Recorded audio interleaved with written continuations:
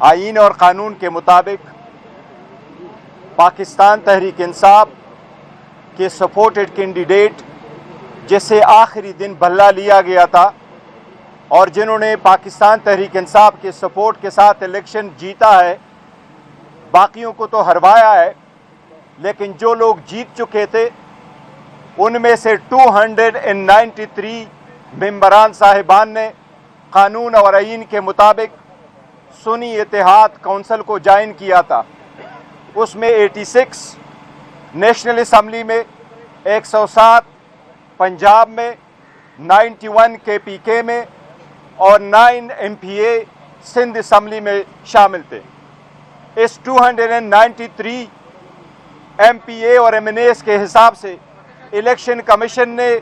اس وقت ہمارے 78 seats reserve کو ان کے مطابق پریزرو رکھا ہے اور اس فیصلے کے مطابق ان کی آگے ایلوکیشن ہوگی۔ ہم سمجھتے ہیں کہ پولیٹیکل سسٹم میں اور ریزرو سیٹ میرٹ بیسڈ ہوتی ہے،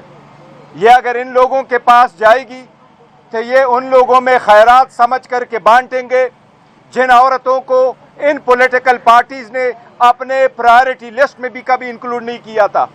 یہ کس پرائرٹی لسٹ کی بات کر رہے ہیں؟ ان کی جتنی پرائرٹی لسٹ اٹھا لے، یہ خیرات میں یہ مانتے ہوئے ان لوگوں کے دیں جن عورتوں کو انہوں نے اس کا ورت نہیں سمجھا کہ ان کو پرائرٹی لسٹ میں دے۔ یہ پاکستان تحریک انصاف کے سپورٹڈ کینڈیڈیٹ سے جو اس وقت سنی اتحاد کونسل میں شامل ہے، سنی اتحاد کونسل کو یہ سیٹیں ملے گی تو انشاءاللہ تعالی خان صاحب کے ویژن کے مطابق یہ ان کمیٹڈ ورکروں کو ملے گی، کمیٹڈ ورکروں کو، جن کو آپ کہہ سکتے ہیں جن کا ہم ہمیشہ سے چناؤ ایک بااعتماد طریقے سے میرٹ بیس پہ کریں گے۔ ہمارے الیکشن کمیشن سے آخری استدعا ہے کہ اب عوام نے جب فیصلہ دیا ہوا ہے اور عوام میں تاریخ میں پہلی مرتبہ 2002 میں 17 انڈیپینڈنٹ کینڈیڈیٹس آئے،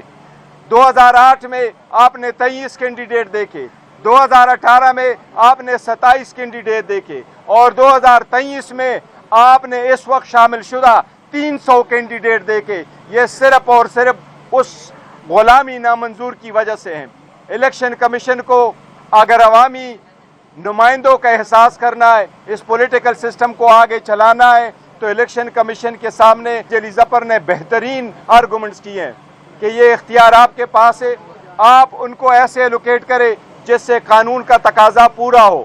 اگر پروویژن اس میں موجود ہے آپ ان کے، تو ایک بار پھر ہماری الیکشن کمیشن سے استدعا ہے کہ اسمبلی اس وقت پورا نہیں ہوتی جب تک ان کے سارے ممبران صاحبان موجود نہ ہو،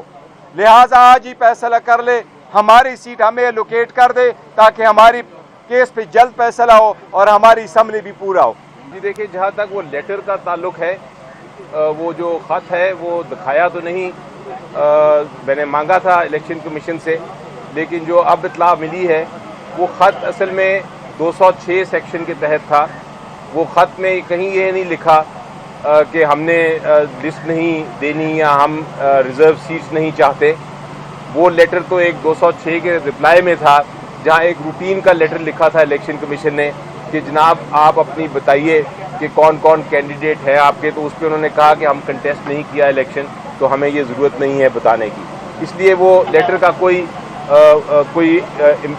ریلیونسی نہیں ہے اس کیس سے۔ آپ نے سیکشن 104 کا پوچھا، سیکشن 104 میں یہ لکھا ہے کہ ایک پولیٹیکل پارٹی کو لسٹ دینی ہے اپنی جو ویمن سیٹس اور مائنورٹی سیٹس ہے، اور اس سیٹس کے مطابق پھر ان کا فیصلہ ہوگا کہ ان کو کتنی سیٹیں ملنی ہیں۔ لیکن اس میں یہ کہیں نہیں لکھا کہ آپ اگر ایک بار الیکشن ہو جائے اور الیکشن کے بعد ایک پولیٹیکل پارٹی کو جس نے پہلے لسٹ نہیں دی تھی مزید لوگ جوائن کر لے تو وہ دوبارہ لسٹ نہیں دے سکتے۔ اور اس پہ ہم نے ان کو بتایا کہ ایسے ایگزامپلز ہیں، ایک تو الیکشن کمیشن آف پاکستان کی ججمنٹ ہے جس میں باپ کے کیس میں باپ کی ایک پارٹی تھی، انہوں نے بھی لسٹیں نہیں دی تھیں لیکن ان کو بعد میں لسٹ دینے کی اجازت دی گئی۔ اسی طرح ان کو دکھایا کہ ایک ڈویژن بینچ، ایک 2 ججز کا فیصلہ ہے لاہور ہائی کورٹ کا، جس میں انہوں نے کہا ہے کہ یہ اگر ڈیلے بھی ہو جائے فائل کرنا لسٹ تو اسے کوئی فرق نہیں پڑتا کیونکہ آپ دوبارہ بھی فائل کر سکتے ہیں۔